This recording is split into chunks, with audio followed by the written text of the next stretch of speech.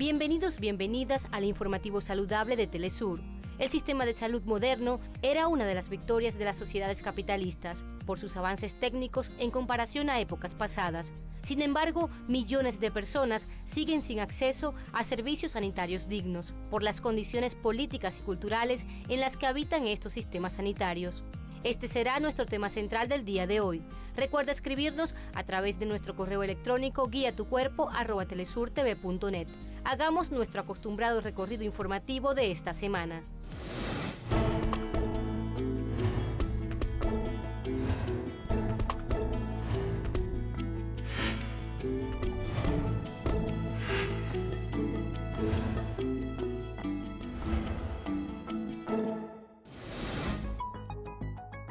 En la recta final para la vacuna contra la COVID-19, el laboratorio Moderna solicita la autorización a la Administración de Medicamentos y Alimentos para una vacuna en Estados Unidos y Europa. Para ello, la compañía solicita que se revise un conjunto de datos que muestre que la vacuna es 94.1% efectiva para prevenir el COVID-19 y un 100% para prevenir casos graves de la enfermedad. I hope that we'll be on radio this week and then getting on TV soon thereafter to help educate people about these vaccines. You know, Tony, one interesting thing, we've actually had to go back to as we call it, the whiteboarding on these campaigns, because the Moderna and Pfizer vaccines are so highly effective in these clinical trials. We've actually had to make some edits to our campaign materials to take account of that. And then the most important thing we're doing is we're keeping politics out of the process. 2 semanas después de haber anunciado una eficacia por los resultados preliminares, el laboratorio Moderna reportó que de 196 participantes en su ensayo clínico que se enfermaron, 158 pertenecían al grupo placebo y 11 al grupo vacunado.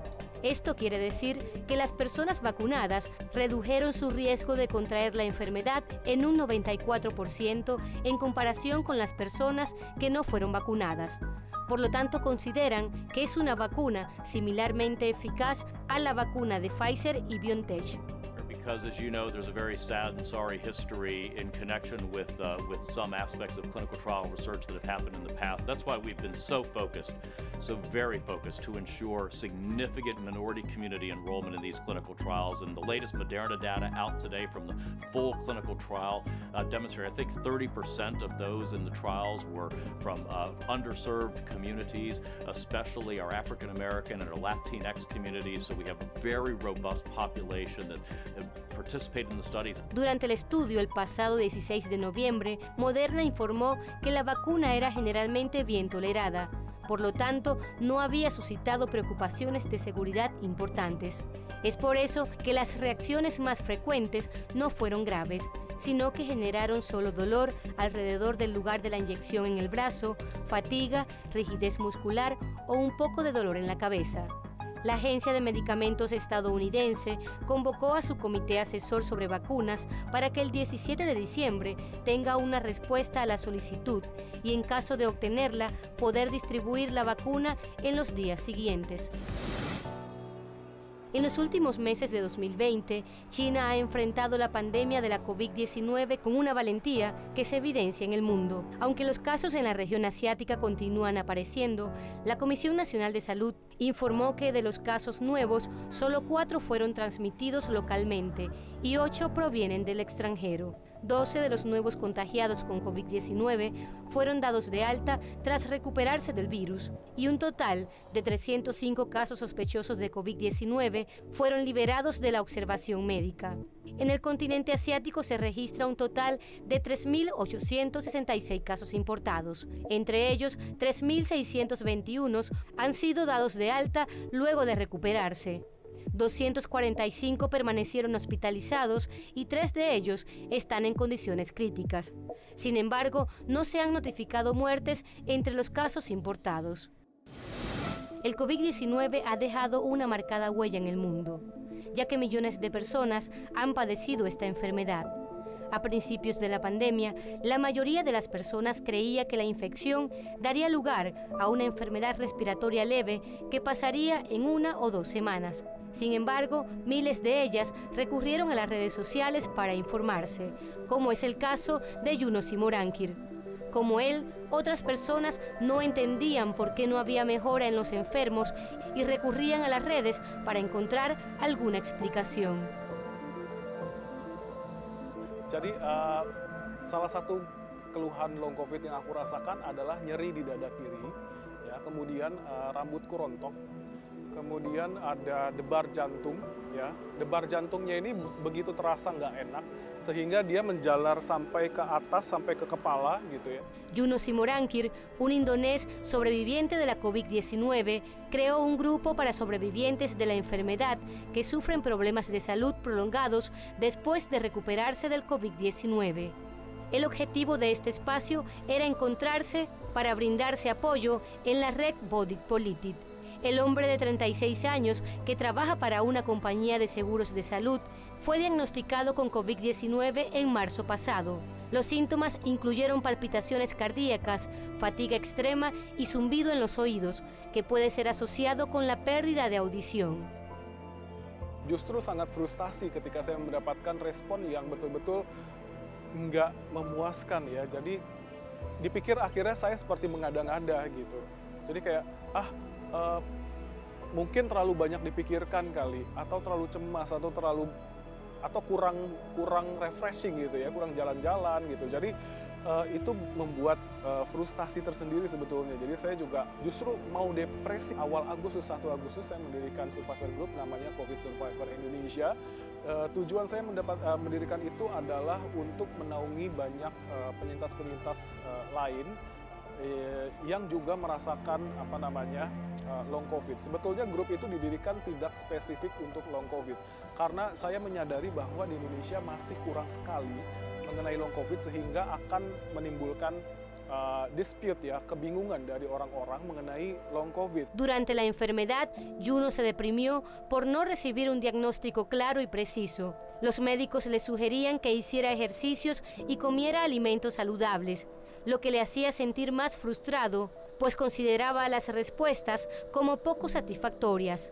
Juno pudo recuperarse del COVID-19 y con el grupo de apoyo logró recuperarse de los vestigios que había dejado el COVID-19 en su vida tras superar el virus. Después de este recorrido informativo, hacemos nuestra primera pausa.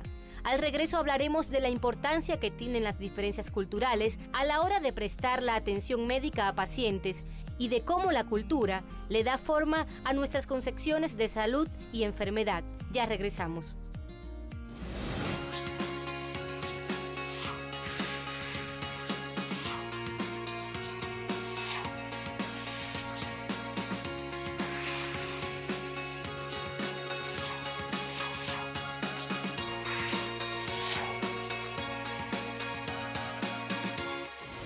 Volvemos con Guía tu Cuerpo.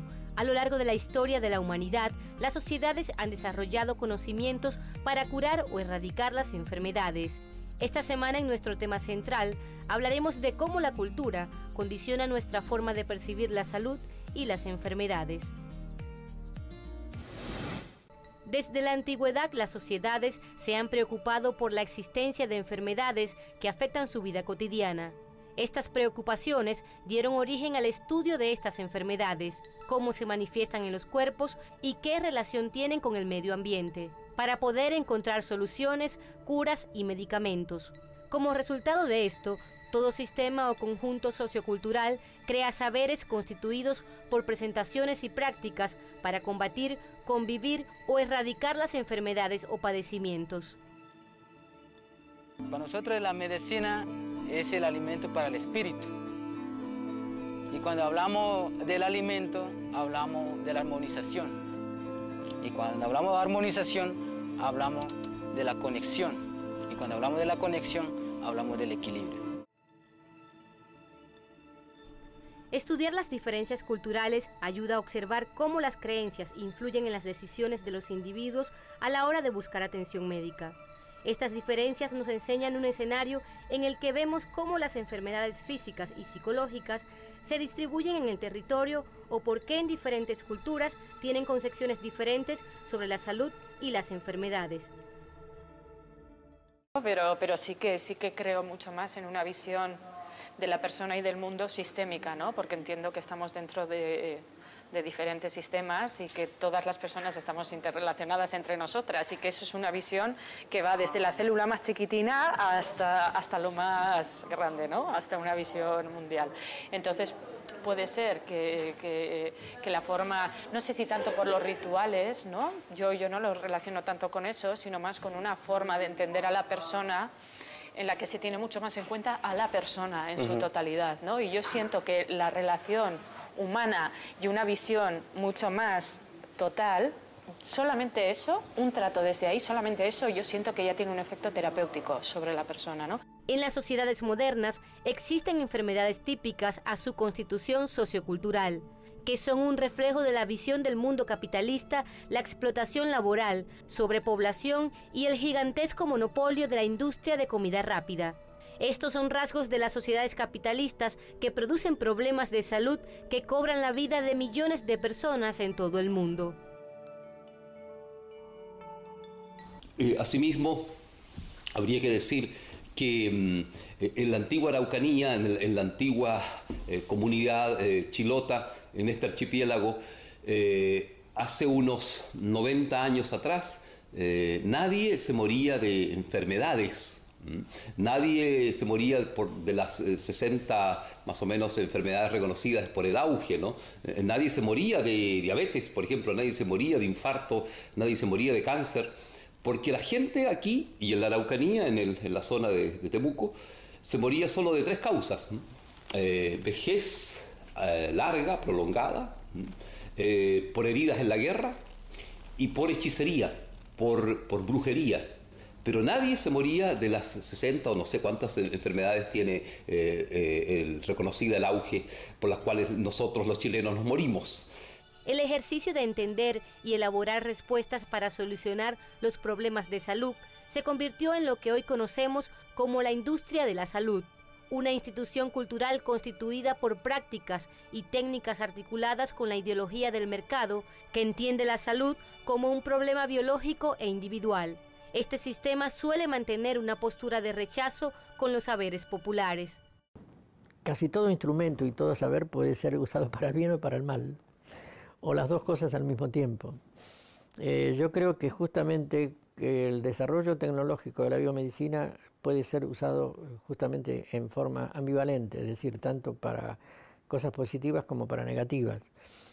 Es indudable que, por ejemplo, la cesárea es una operación necesaria para, en ciertas oportunidades, por un requerimiento objetivo de que la mujer se necesita hacerle, indudablemente, para salvar tanto a la mujer como, dicen los médicos, el producto, es decir, el futuro hijo. Pero, por ejemplo, en el caso tanto de México como de Brasil, tienen altísimas tasas de cesárea que no tienen nada que ver con la necesidad biomédica del paciente, sino que tiene que ver o con razones de mercantilización, una cesárea cuesta más que un parto normal, o con la organización del médico de sus tiempos de trabajo. Cuando yo decido cesárea, entonces yo puedo intervenir a las 10 de la mañana a una mujer, a las 11:30 a otra, y así sucesivamente. En las ciudades existe una actitud de desconfianza hacia los saberes populares y ancestrales, promovida por la industria de la salud. Sin embargo, en los sectores populares y las comunidades rurales, se mantienen como instituciones fundamentales para la vida. Nuestros abuelos nos dejaron en esta selva para nosotros vivir con nuestras botánicas naturales y la medicina tradicional. Un guía espiritual es para camino de bien de todo. Mi poder, mi ciencia y espiritualidad me ha apoderado para consentir entre los compañeros, entre los amigos, para tener más en conocimiento, para practicar las ciencias espirituales. Es necesario entender la salud desde una visión integral. Los gobiernos e instituciones de la salud suelen darle prioridad a la tecnología y al mercado, cosa que ha tenido graves consecuencias para muchas personas y comunidades. trabajar en conjunto con los conocimientos que permanecen en la memoria de los pueblos es necesario para encontrar soluciones a los problemas de salud que enfrentamos como sociedad, así como crear un sistema de salud multicultural y accesible para las mayorías. Al regreso en nuestra nota positiva, te mostraremos cómo las comunidades originarias en Guatemala cultivan plantas medicinales para combatir la epidemia de coronavirus. Te invitamos a sugerirnos temas a través de nuestro correo electrónico guiatucuerpo@telesurtv.net. Ya volvemos.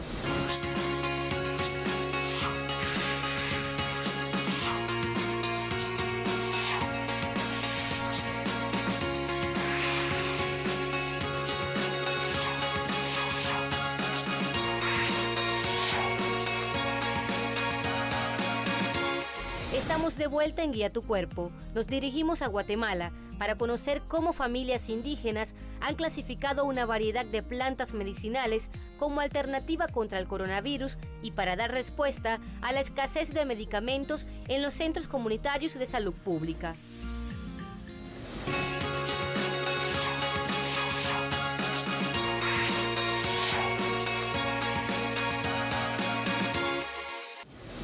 Medio centilla. Ella es parte de cientos de familias indígenas que mantienen una colección de plantas medicinales, efectivas para combatir el nuevo coronavirus, según afirma. Tenemos que tener presente que tenemos que utilizar nuestras antiguas medicinas naturales. Nosotros no necesitamos mucho de los médicos, que Dios me perdone, los médicos estudian para ayudarnos también, pero hay medicinas que no nos hacen bien. Varias familias cuentan con sus propias recetas a base de plantas nativas de sus territorios. Se cose el jengibre, se cose el té de limón, se cose la manzanilla y se cose el jengibre y los 5 dientes de clavo. Se le echa el jugo de esos 3 limones y se endulza con esta miel de abeja. Eso es lo que tenemos que hacer para prevenir el coronavirus. Destacan que la medicina natural es una alternativa de curación del nuevo coronavirus tras el colapso de los hospitales públicos. No es de preocuparnos, hay una solución que está en nuestras manos, es cuestión de que nosotros tratemos la manera de hacerlo, ¿verdad? Y para mí las plantas son sumamente importantes para poder eliminar cualquier tipo de problemas de salud. Más del 50% de la población guatemalteca vive en las áreas rurales y una mayoría logra curarse de las enfermedades gracias a los elementos de la naturaleza, refiere esta anciana. Solo sacar del monte, tomamos nosotros. Yo estaba a curar un poco también, enfermo los patojos, mi hija.